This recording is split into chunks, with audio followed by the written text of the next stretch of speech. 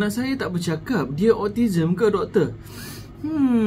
Tengok juga. Bila kita nak tengok perkembangan seorang budak ni, usually kita akan tengok dia punya gross motor. Gross motor ni iaitu perbuatan yang macam lompat ke, jalan ke. And then kita akan tengok juga dia punya fine motor, di mana dia buat benda-benda menggunakan jari dia.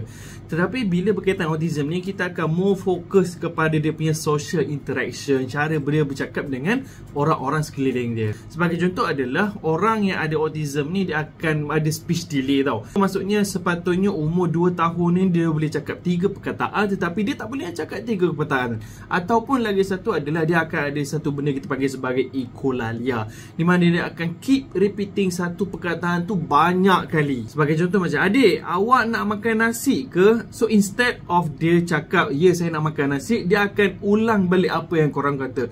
Adik nak makan nasi ke? Adik nak makan nasi ke? Kedua, kita akan tengok daripada segi sosial dia pula. Sebagai contoh adalah, adakah anak korang tu respon kepada nama dia ataupun tidak? Daripada tu, dia lebih prefer untuk bermain seorang diri berbanding dengan bermain dengan budak-budak sekeliling dia. Dan most of the time, kalau dia ada autism, daripada kecil sampai dia besar, dia akan cuba untuk avoid eye contact dengan korang. Lagi satu ciri-ciri ketara berkaitan dengan budak autism ni adalah dia takkan suka kepada perubahan tau. Sebagai contoh adalah, anda kata kalau dia ada satu set of permainan dan dia suka susun macam-macam sekian-sekian cara. Tapi anda kata kalau korang suruh dia ubah atau korang ubah cara dia tu, dia takkan suka dan dia akan berontak selepas tu. Itu adalah sebahagian daripada benda-benda ataupun simptom yang korang boleh detect yang mungkin anak korang ada autism. Jadi anda kata kalau korang nak detect betul-betul, sebenarnya dalam buku baby korang tu ada satu benda kita panggil sebagai M-chart tau. Maksudnya adalah untuk saringan baby autism lah. Usually nurse-nurse ni akan check saringan tu. Anda kata kalau berisiko, dia akan rujuk kepada doktor. Dan kalau korang nak try belik-belik pun boleh sahaja. Dan kalau korang rasa suspicious, paling senang sekali adalah